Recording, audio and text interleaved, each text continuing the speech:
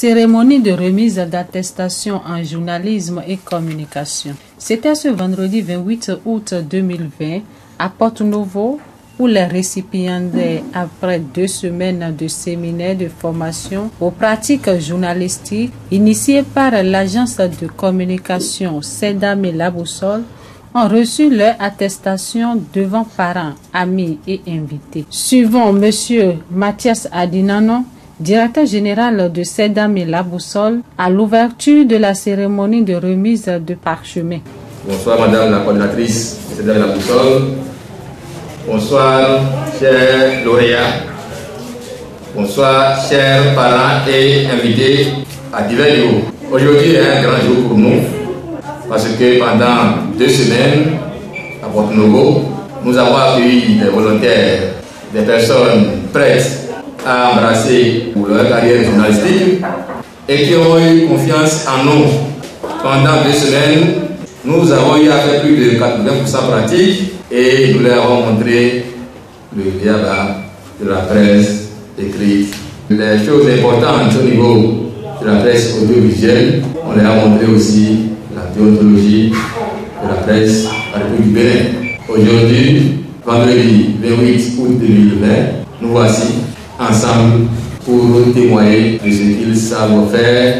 Et sous votre émission, nous serons obligés de modifier un peu l'agenda parce qu'il y a des personnes ressources qu'on a sur place. Au lieu de faire seulement de l'événementiel, nous allons profiter pour recueillir quelques notions à travers ce qu'ils connaissent. Donc il y aura des présentations d'émissions. Merci. À sa suite, le représentant des lauréats a remercié tous les acteurs qui ont œuvré pour leur formation. Les invités, bonsoir. Je tiens tout d'abord à vous remercier pour avoir honoré de votre présence l'auguste cérémonie de remise d'attestation. Puisse Dieu vous combler. Je profite de ce pupitre pour remercier singulièrement M.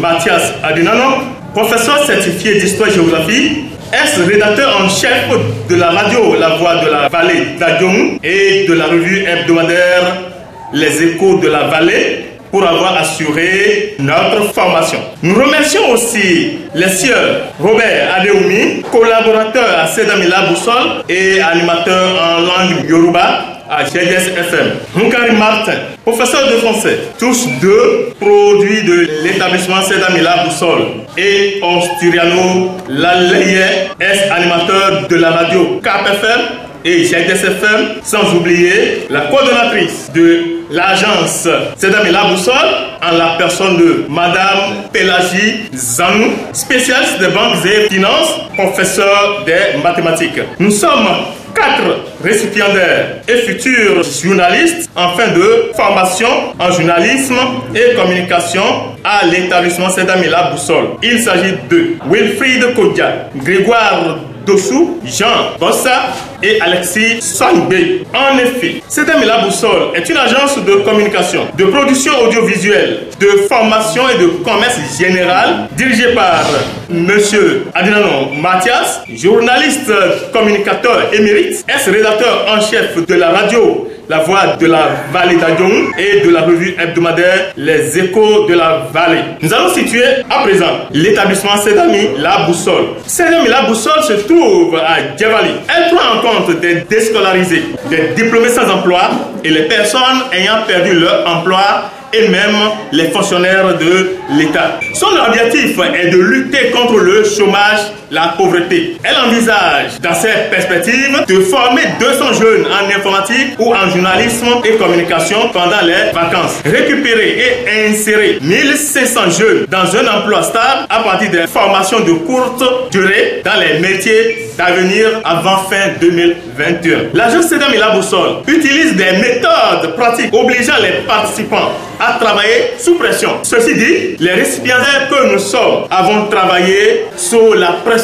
de nos éminents formateurs qui n'ont pas démérité. Les activités sont menées à plus de 80% de fatigue. Elle permet à tout apprenant de toucher les réalités du terrain. Notre formation s'est déroulée au complexe scolaire privé Belle Avenue de Diegankpevi. Ce complexe qui est localisé dans le 4e arrondissement de Porto Novo. Durant cette formation, nous avons acquis beaucoup de notions en journalisme. Ainsi, en journalisme, la conférence de rédaction désigne la réunion tenue régulièrement par le directeur d'une rédaction afin de discuter et de choisir avec les chefs de service, les chefs de rubrique, les journalistes et les rédacteurs les contenus qui seront publiés dans la prochaine publication de support, c'est-à-dire journal et magazine. L'objectif est de sélectionner les sujets, de déterminer le traitement et la date de livraison. Le journaliste étant un travailleur de terrain, il urge de parler de comment est-ce que le terrain est emprunté. Alors, le terrain est le lieu où le journaliste recueille les informations qu'il traite avant de les publier à travers le journal. La prise de son. Quant à la prise de son,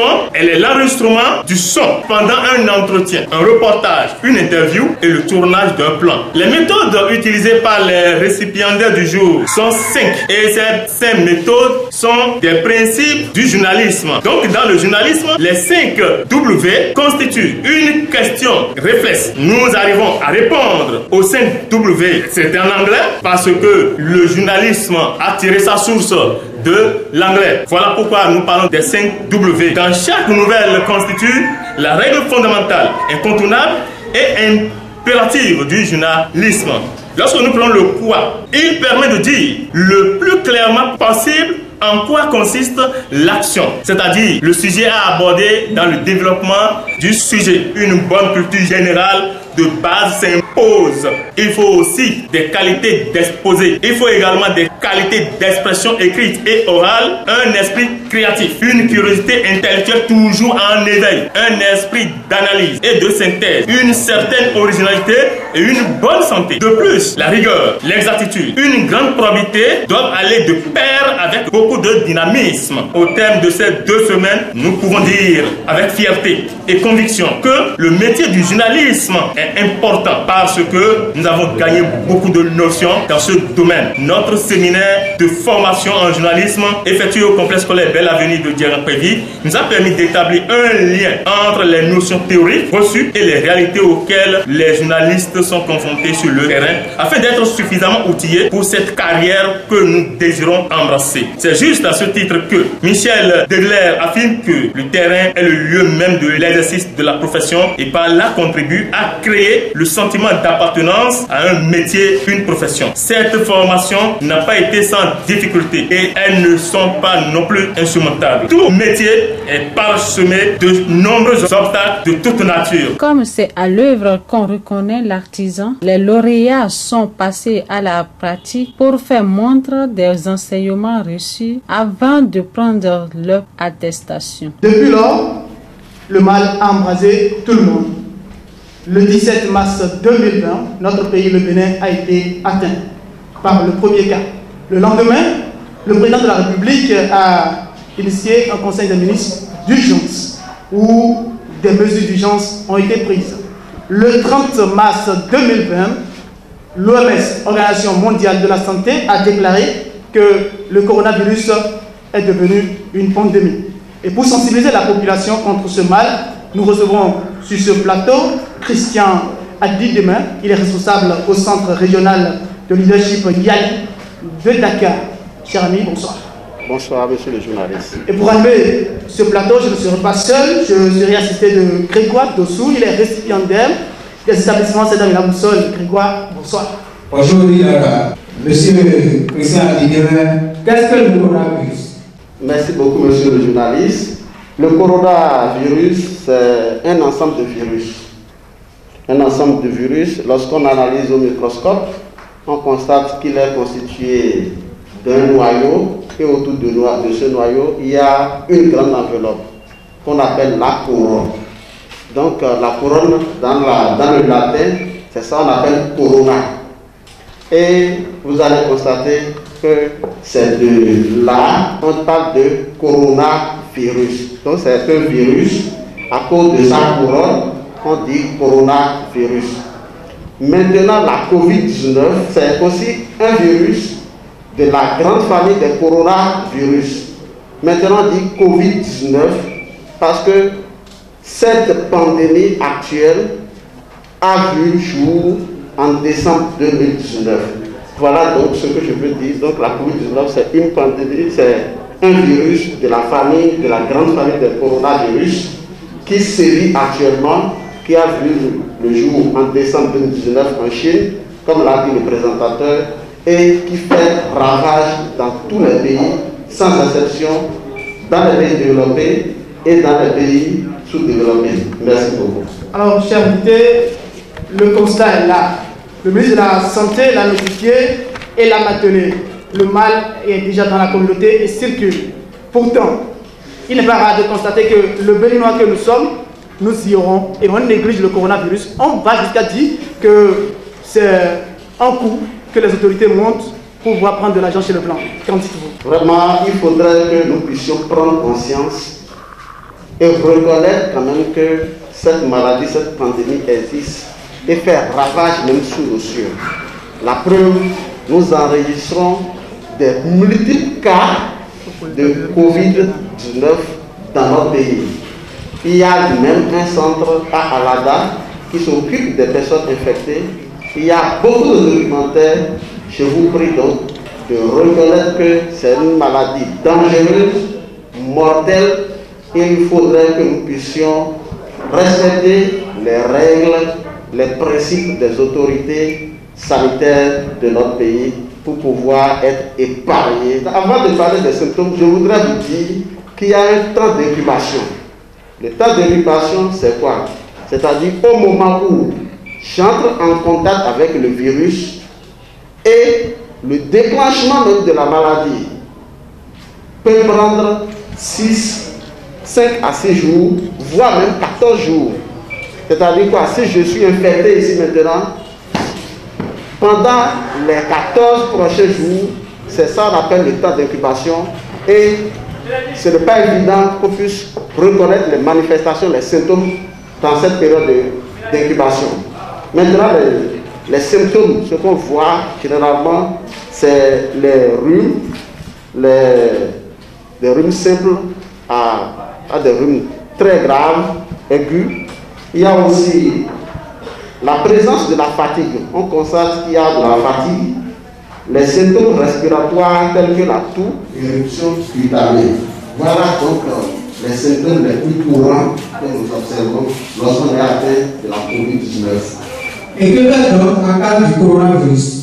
Lorsque vous constatez, chers parents, que quelqu'un développe ces symptômes, la présence de ces symptômes-là, il suffit d'appeler ce numéro vert, le 136. Le 136, c'est gratuit. Sur n'importe quel opérateur économique, 24 heures sur 24, 7 jours sur 7. Les autorités vont prendre des dispositions pour venir récupérer la personne et prendre soin de cette personne-là, afin de sauver des vies humaines. Et comment éviter alors la COVID-19? Pour éviter la COVID-19, il faudra respecter, comme je l'ai dit tout à l'heure, les règles de la distanciation sociale. C'est l'occasion pour moi de remercier le staff, le PDG de cette appli, puisque ici présent, je constate que tout le monde, nous avons notre masque. C'est déjà une mesure sociale, une mesure de barrière contre la COVID-19. L'autre mesure, c'est se laver régulièrement les mains à l'eau et au savon et de respecter enfin la distanciation sociale. Alors, nous sommes pratiquement en train de cet entretien. Un conseil. Chers parents, chers invités, sachez que le coronavirus existe bel et bien et fait des ravages. Nous enregistrons plusieurs cas de décès sur notre territoire, le Bénin. Dès que vous avez des symptômes ou bien vous constatez que vos proches présentent des symptômes, n'hésitez pas à appeler le 136 afin que les autorités sanitaires puissent prendre en charge la personne. Lorsque vous avez des doutes, allez dans les centres de santé pour avoir les bonnes informations.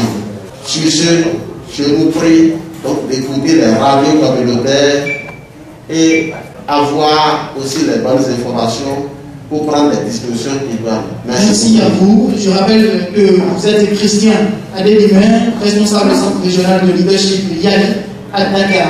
Madame, monsieur, merci pour votre attention. C'est déjà la fin car le temps passe très vite. Un seul mot d'autre, le coronavirus existe et tue. Respectons les gestes barrières.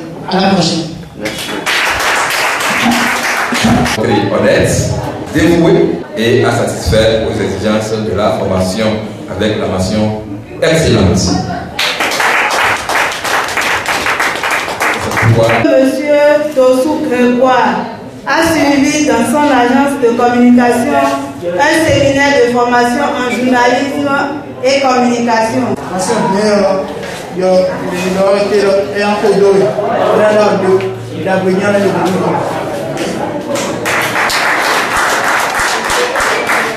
Gauthier s'est montré honnête, dévoué et a satisfait aux exigences de la formation avec la mention assez bien. En foi de quoi, il lui délivre la présente attestation pour servir valoir ce que de droit. Monsieur Kodja M. Gauthier, je vous souhaite bon parfum. Merci. Instant de joie et de témoignage, l'artiste Panou Alexis alias Prési, par une déclamation poétique, a agrémenté la cérémonie de remise d'attestation. Faut-il toujours se taire pour s'empêcher de faire des choses raisonnables?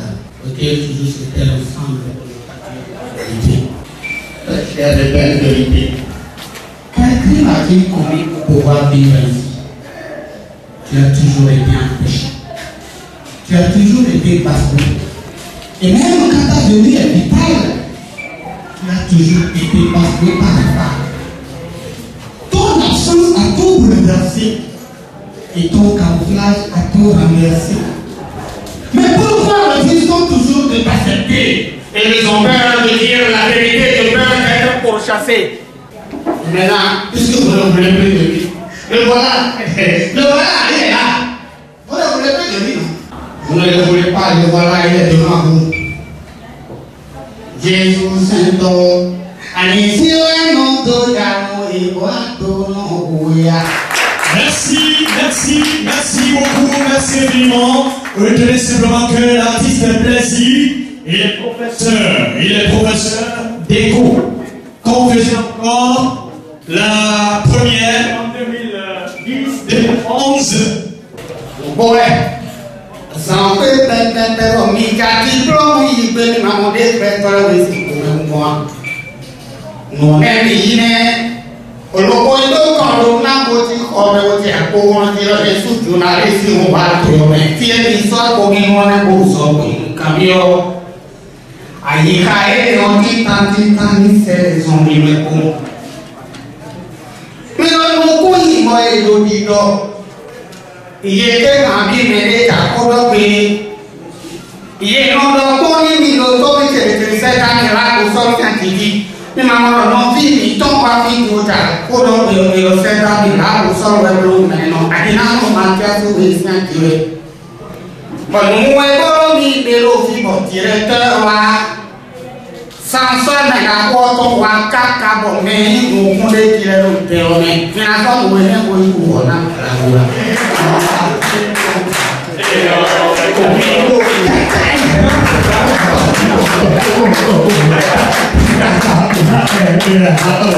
À la fin de la cérémonie, le directeur général de Sedam et La Boussole, M. Mathias Adinano, a exprimé ses sentiments et a dévoilé ses objectifs au micro d'une équipe d'Africa Phoenix Web TV. Voilà, vraiment c'est un sentiment de fierté, de satisfaction. Le chemin reste long puisque je voudrais libérer par an, sur tout le territoire national, plus de 1000 jeunes déscolarisés, plus de 1000 jeunes étudiants, élèves, ceux qui sont en situation professionnelle précaire et plusieurs autres personnes qui voudront avoir des activités secondaires pour tutoyer la grandeur. Je rends grâce à l'Éternel pour m'avoir permis d'avoir déjà des gens qui sont sur des chaînes de radio, des rédacteurs en chef, des directeurs de publication, des gens qui ont créé aussi leur agence de communication, dont la télévision qui nous enregistre actuellement. Je voudrais vous dire vraiment merci pour ceux qui font la promotion promotion dans la boussole à travers leurs actes, à travers leurs actions, leurs prestations. J'estime que ceux qui ont fait aujourd'hui doivent imiter vos pas et ensemble nous allons dire à la grandeur.